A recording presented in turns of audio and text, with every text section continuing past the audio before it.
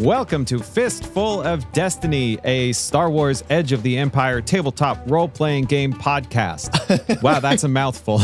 I am Drew, and we are here to introduce the game and our characters and all that stuff. And I'm going to pass it off right away to Todd, our game master. Hello, friends. We are playing a collaborative storytelling game. I am writing the general outline of the story that is not always followed. And our players are playing their characters, trying to react to how their characters would react to certain situations. And I provide the antagonist to the story. Part of that is providing interesting situations that the characters have to get out of. And they will use certain skills that will help them do that. And part of it is the structure of it is they have skills that they can upgrade and they can build their character over time as they get more experience. Those skills are broken down into skill checks. Drew, why don't you tell us about what skill checks are? If I say, hey, I want you to run and jump over a big old ravine, how are you going to do it? Yeah, sure. So anytime we say we want to do something that might possibly fail, Todd's going to make us do a skill check. And that's, like he said, based on all of the skills that we have that we might upgrade over time. So in Todd's example of jumping over a ravine, that would probably be an athletics check, right? Yeah, that makes sense. So there's 6 difficulties, starting from simple, which is very easy, to easy, average, hard, daunting, and formidable. And so each time he upgrades how difficult it is, they basically give us more dice to roll against. And so we would look at our athletics skill on our sheet, and it would say, roll this number of dice and these kind of dice. And we would roll that against the difficulty dice and see how they cancel out and whether or not we succeed or fail on the check. There's also another part of rolling, which I will let Madison tell you about. Well, the other part of rolling is really the results of the rolling, if you will. So really, there's 3 subsets of results. There's success and fail, which cancel each other out. Advantage and threat, which cancel each other out.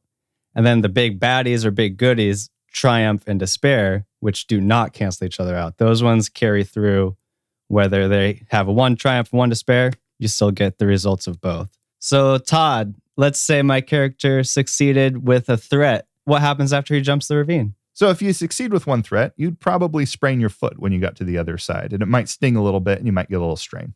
And let's say there was also a triumph in there. Well, if you get to the other side and you triumph, you did something amazing with your athletics check. You probably were able to carry a whole pack of gear with you. Now you have a pack of gear to look into. And did a cartwheel. Yeah. And did a really cool cartwheel. You get to put some flavor on it too. Yeah. Little sauce. And if you got a despair, the gear is actually just full of rocks. It's just a bag full of rocks. You picked up the wrong pack.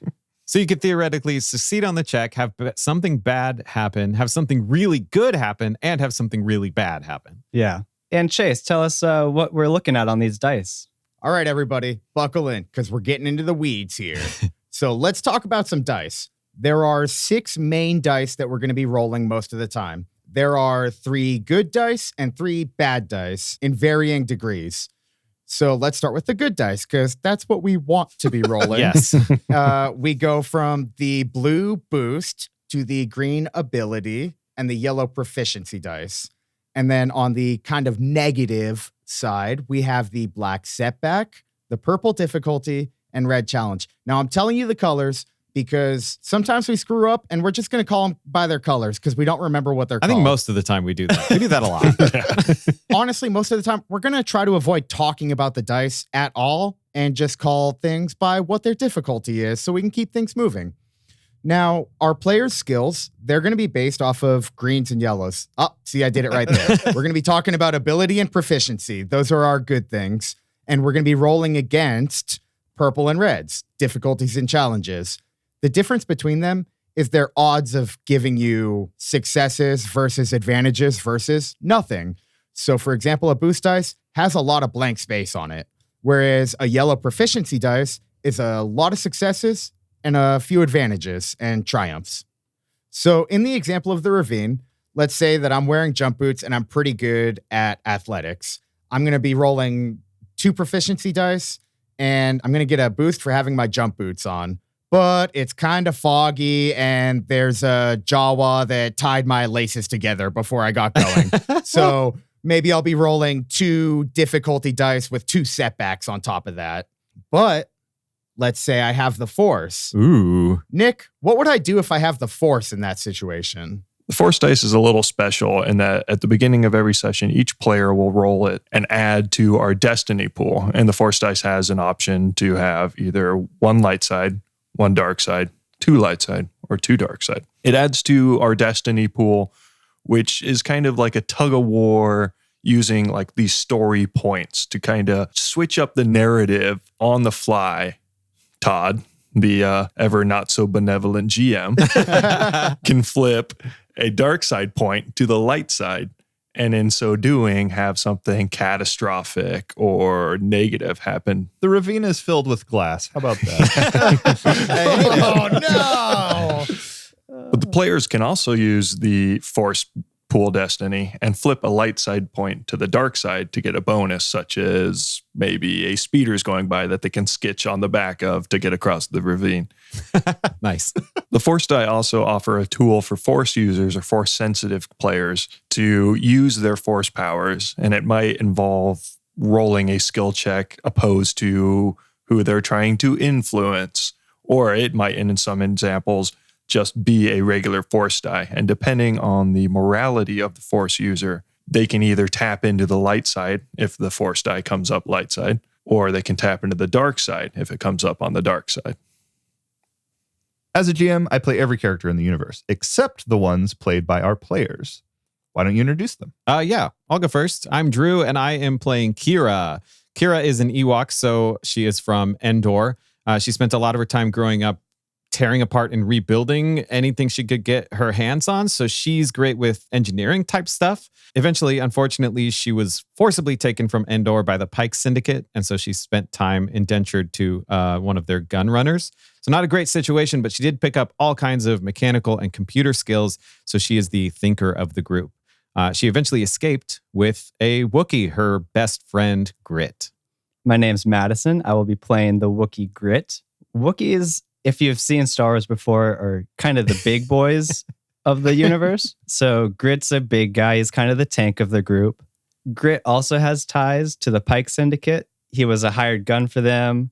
That's how Grit and Kiera met. Kiera did save his life, and we have a little bit of a life debt going on. I don't think I want to say anything more about Grit. Ooh, mysterious. Ooh, yeah, so get some mystery. And speaking of mystery, I think that kind of leads into... Hi, I'm Nick. I'm playing Erebos, an Umbaran from the planet Umbara. Umbarans are kind of, well, there's no easy way to put it. They're kind of creepy looking. They're bald. They have glow-in-the-dark eyes. They're very pale. Erebos often wears a robe. Yeah, they're creepy vampires, Nick. They're Yeah, creepy I'm vampires. sorry. I'm sorry. This isn't my segment. They're creepy vampires. Well, tomato, tomato. Erebos lived an early life growing up on the run, often finding himself in scenarios that required the use of deception and skullduggery. He grew up on the run because he was picked up as a Force-sensitive child to be ferried back to the Jedi Temple for training. But during transit, Order 66 went down, and Chase, why don't you tell us a little bit about that? Sure. Speaking of Order 66, I am Chase, and I am playing Cannon, who is a simple clone trying to make his way in the galaxy, which is a little Star Wars reference for the nerds out there.